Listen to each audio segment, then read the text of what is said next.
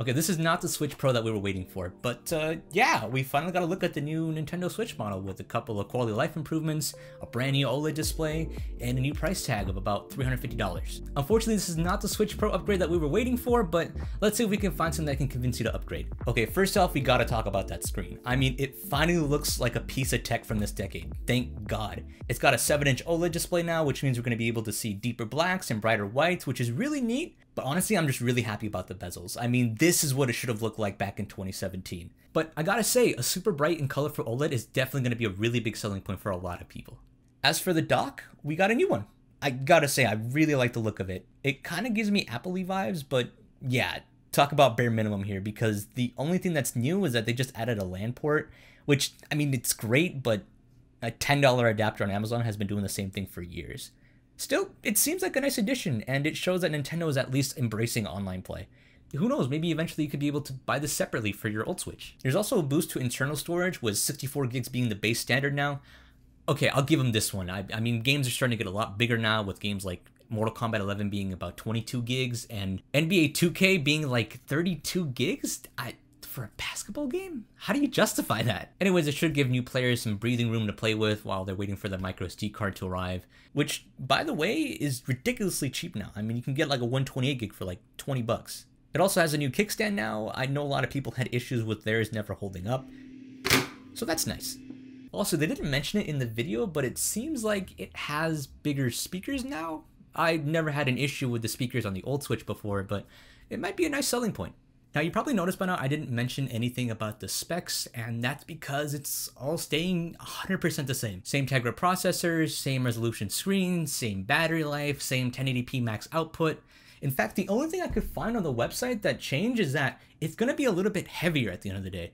Honestly, as the years go by, it's going to get more and more difficult to justify that 1080p max output, especially in the era of 4K televisions where you see them all over the place. You can pick one up for like 200, 300 bucks now. I know the rumors were hinting towards some sort of smart 4K with NVIDIA DLSS technology where it uses the AI to artificially upscale the image quality, but it just seems like they're just not going to do that this generation.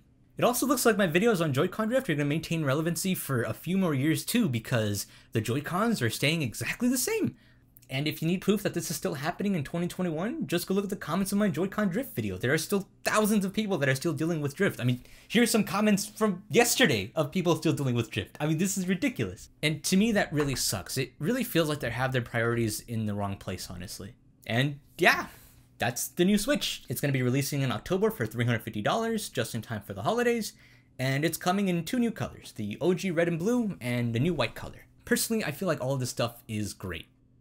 If you don't already have a Switch. If you already have a Switch, I feel like this could be something you can really pass off. I don't really see much of a reason to upgrade, honestly. I know for a fact that this announcement is a big disappointment for people like me who play mainly on their TV most of the time, because there's literally 0 changes for us. I mean, I was really hoping they would at least bump up the resolution a tiny bit. I mean, if not 4K, then at least like 1200p or 1440p or something, because while I really like my Switch, it's starting to show its age really fast, especially on the TV. But if you're one of those people that play exclusively handheld, I mean, you're gonna love this.